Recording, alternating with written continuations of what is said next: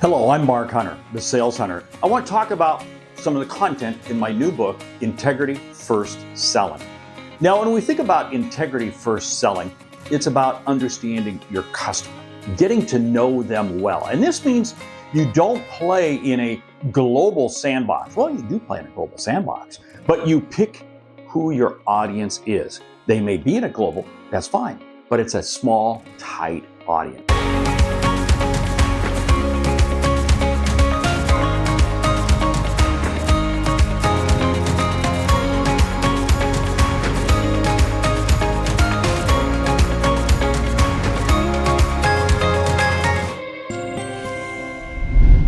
I want to walk through in a two-part video 12 things that are going to help you identify who your ICP is, your ideal customer profile. Now, I've gone through this in some of my other books, and I've written other blogs and other videos about this, but I want to share with you some of the questions that I raise in my book, Integrity First Selling. Number one, how has your work helped them achieve their objectives? In other words, look at customers who you've worked with and who you want to work with. How has your work either helped them achieve their objectives, or is it going to help them achieve their objectives? Because if you stop and think about that, ultimately, that's why customers choose to do business with you, because it's going to help them achieve their objectives. And it's amazing the number of salespeople I run into who have no clue what a customer's objectives are.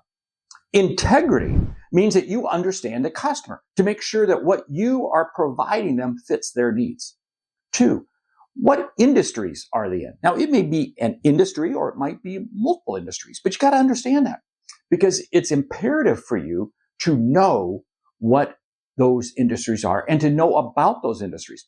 Because again, you need to be on the lookout for information and insights about the industry that you can share with them. You see, it's more than just being a peddler, a vendor, a salesperson. You want to be a peer expert to them. This is what integrity first selling is about. It's about demonstrating leadership to them because you're bringing them insights. Number three, what are their job titles? Now, this really helps you understand where they fall in the hierarchy of their organization.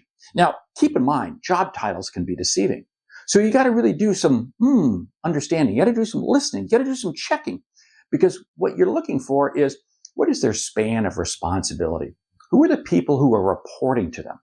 Who did they report to? Where did they most likely come from? What position were they in before? And what position are they going to next? Again, the more you understand the individual, the more you can help them in their buying decisions. Next one, how long have they been in that role? This is very key because if you sell complex items, complex systems, and you're dealing with somebody who is brand new in their role, it's going to be a little bit hard for them because, again, they don't have the experience. They don't have the credibility. They probably don't have the perspective of understanding how everything works. If, however, they've been in their position a long time, it's going to change and it probably make it a lot easier. So what does this do for you as a salesperson? This is going to help you understand the lens with which they're using to look at you and what it is that you sell. This is absolutely imperative. Again, this is understanding them as an individual. This is why one of the questions that I love asking is, how have you made decisions like this in the past? I love asking that question because it, in a very neutral perspective, it allows them to share. And that's what I'm listening for. Number five, what trade groups or associations do they belong to? This is going to help me understand where are they getting their information? What are the influences and factors that drive what it is that they do? This is extremely important also because it's going to help you establish relationships with other people who are in their sphere, who are in their world.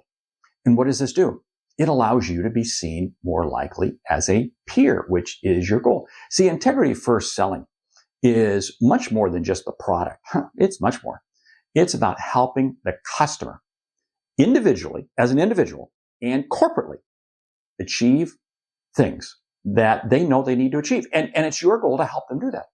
Number six, who are their customers? Oh, you got to go downstream. I talk about this a lot, but it drives me crazy how salespeople don't understand their customer and who they sell to.